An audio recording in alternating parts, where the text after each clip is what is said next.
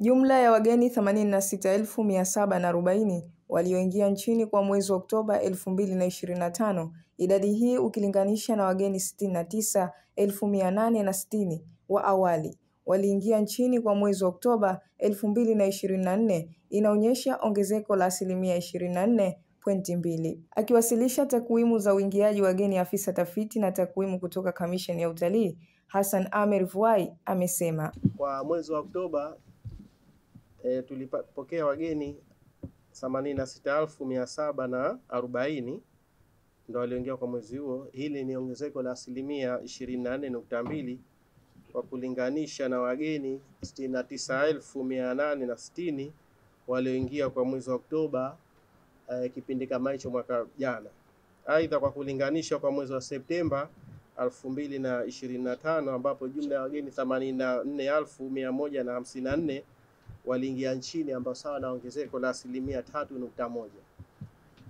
Na kwa kuangalia mabara waliotoka zaidi kwamba 67.2 ya wageni wetu walitoka katika bara la Ulaya, 16.8 walitoka katika bara la Afrika, na 8.6 walitoka nchi za Asia.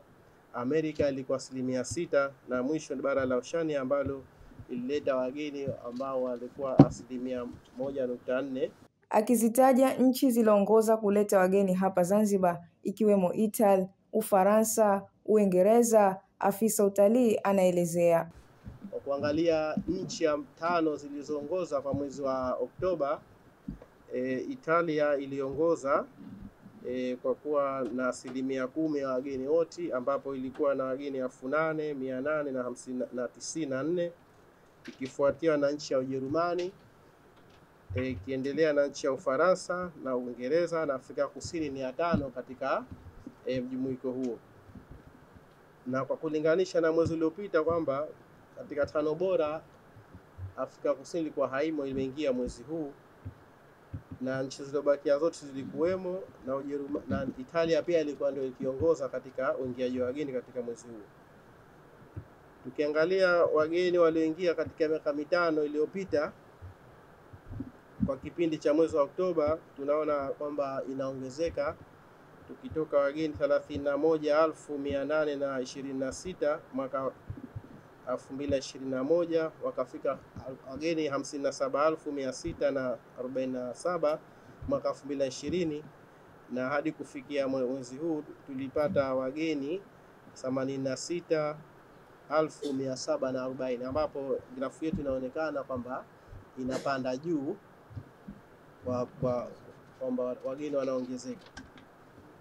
Ukitizama wageni kwa kutizama kwa sehemu walizoingilia, wageni wameingilia Zanzibar 92% wanapitia kwenye viwanja vyetu vya ndege, na 8% wamepitia kwenye bandari zetu za Malindi na wengineko.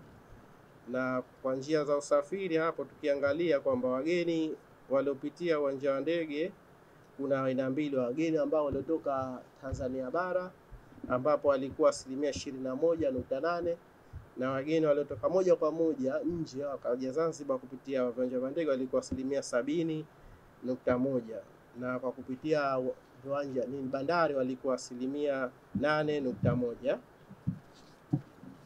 Ukiangalia jinsia zao kwamba wageni 55.5 walikuwa ni wa jinsia ya kiume, na wageni 44.5 walikuwa jinsia ya kike, tofauti na mwezi uliopita ambapo wageni wa kike walikuwa ni wengi zaidi.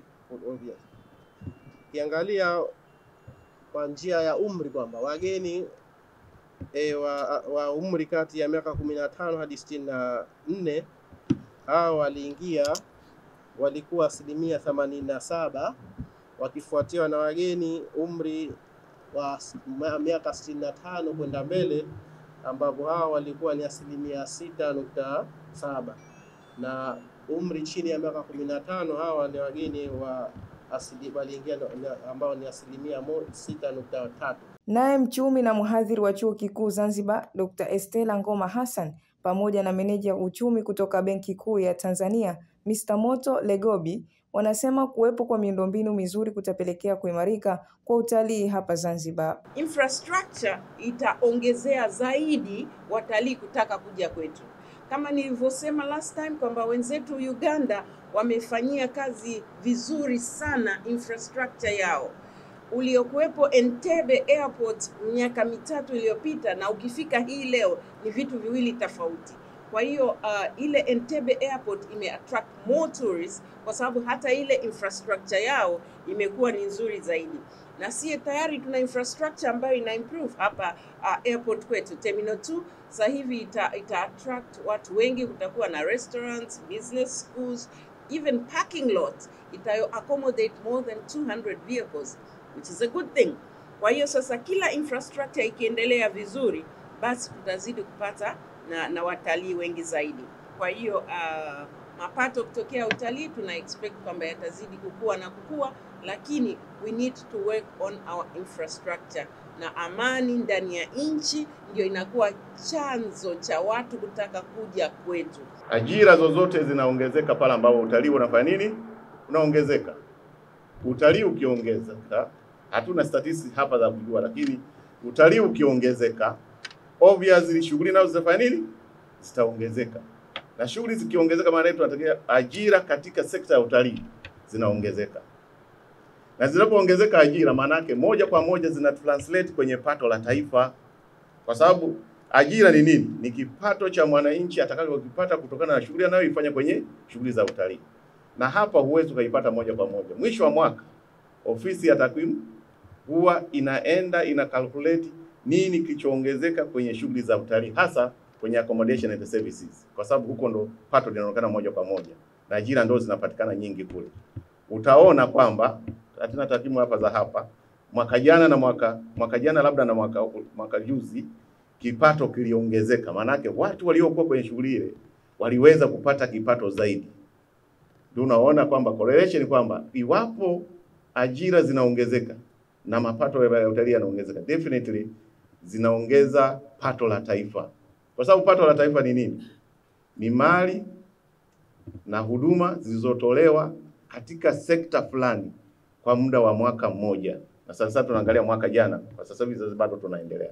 Kwa hiyo hizi zikiongezeka, obviously tunawashumu all factors zingine ziko constant, ajira na mapato ya watu yatafanya nini? Zitaongezeka, na pato la taifa litafanya nini? Itaongezeka. Na ndivyo nchi inasisitiza umuhimu wa kuulinda na kuutunza utalii ili ajira zetu na mapato la taifa lifanye nini?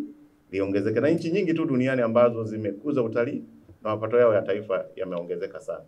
Mtazamaji, usisahau kusubscribe, kushare, kulike na kucomment video hii. Nikiripoti kutoka ofisi ya mtakwimu mkuu wa serikali Mazizini, Tauhida Masud, KHD TV, elimu ni hazina yetu.